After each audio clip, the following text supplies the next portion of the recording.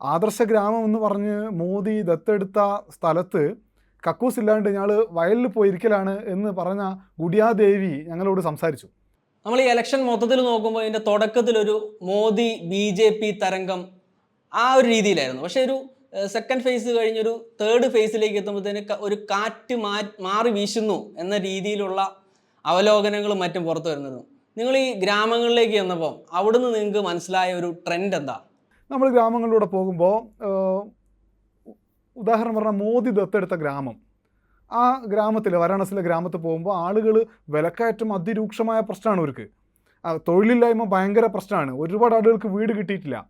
ആദർശ ഗ്രാമം എന്ന് പറഞ്ഞ് മോദി ദത്തെടുത്ത സ്ഥലത്ത് കക്കൂസ് ഇല്ലാണ്ട് ഞങ്ങൾ വയലിൽ പോയിരിക്കലാണ് എന്ന് പറഞ്ഞ ഗുഡിയാദേവി ഞങ്ങളോട് സംസാരിച്ചു. അപ്പം പ്രശ്നങ്ങൾ, ഞാൻ പറയുന്നത് ഈ കക്കൂസ് ഇല്ലാത്തൊരു വീട് കാണിച്ചിട്ട് ഇതാ ആകെ ഭരണം മോശം എന്നുള്ളതല്ല. ആദർശ ഗ്രാമം എന്ന നിലയിൽ രാജ്യത്തെ ആകമാനം മാതൃകയാക്കാൻ വേണ്ടി മോദി ദത്തെടുത്ത ഗ്രാമമാണ്. ആ ഗ്രാമത്തിലാണ് പ്രശ്നം. അപ്പം ഇങ്ങനെയുള്ള വിഷയങ്ങൾ നമ്മുടെ ഗ്രാമങ്ങളിലൊക്കെ ഉണ്ട്.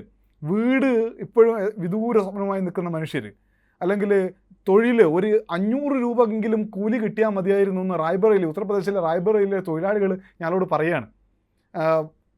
ഗ്യാസ് കിട്ടിയിട്ട് എന്താണ് കാര്യം, സൗജന്യമായി കിട്ടിയിട്ട് എന്താണ് കാര്യം, ഞങ്ങൾക്ക് നിറയ്ക്കാൻ പറ്റണ്ടേ, 100 രൂപയല്ലേ കൂലി എന്ന് മനുഷ്യന്മാർ ചോദിക്കുകയാണ്. തൊഴിൽ എന്തെങ്കിലും എടുക്കണ്ടേ, കുഞ്ഞുങ്ങൾക്ക് ഭക്ഷണം കൊടുക്കണ്ടേ, അപ്പോൾ ഈ കൂലിക്കെങ്കിലും ജോലി ചെയ്യേണ്ടതെന്ന് മനുഷ്യന്മാർ ചോദിക്കുകയാണ്. അപ്പോൾ ഇങ്ങനെയൊക്കെ പ്രശ്നങ്ങളുണ്ട്. അപ്പോഴും ഈ പ്രശ്നങ്ങളൊക്കെ ഉയർത്തിപ്പിടിക്കാൻ പ്രതിപക്ഷത്തൊരു മനുഷ്യനില്ല, ഒരു നേതാവില്ല എന്ന പ്രശ്നമാണ് നമുക്ക് ഫീൽ ചെയ്തത്. മോദിയുടെ ആദർശ ഗ്രാമത്തിൽ നിന്ന് തിരികെ ഇറങ്ങുന്ന സമയത്ത് ബസവൻ എന്ന് പറഞ്ഞിട്ടുള്ള ഒരാൾ വൈശാഖിനോട് ചോദിക്കുകയാണ്, ഡൽഹി കെജ്രിവാളിൻ്റെ ഭരണം എങ്ങനെയുണ്ട്, ഞങ്ങൾ കേട്ടിട്ടുണ്ടല്ലോ അവിടെ കുറേ സൗജന്യമൊക്കെ കൊടുക്കാറുണ്ട് എന്ന്. അപ്പം ബസവൻ്റെ ഭാര്യ സുനിത ചോദിക്കുന്നു, അവിടെ ആളുകൾക്ക്, ഈ സ്ത്രീകൾക്കൊക്കെ ബസ്സിൽ ഫ്രീ ആണില്ലേ എന്ന് മോദിയുടെ ഗ്രാമത്തിലുള്ള മോദിയുടെ സ്വന്തം വോട്ടർമാർ ചോദിക്കുന്നുണ്ട്. അത് കെജ്രിവാളിൻ്റെ ഭരണത്തിൻ്റെ മേന്മ കൊണ്ടാണ്. പക്ഷേ അങ്ങനെ ഒരു ലീഡർഷിപ്പിനെ ഈ ഗ്രാമങ്ങൾക്ക് മുന്നിൽ വെച്ച് കൊടുക്കാൻ ഇന്ത്യ സഖ്യത്തിന് പറ്റിയിട്ടില്ല എന്ന പ്രശ്നം കണ്ടിട്ടുണ്ട്.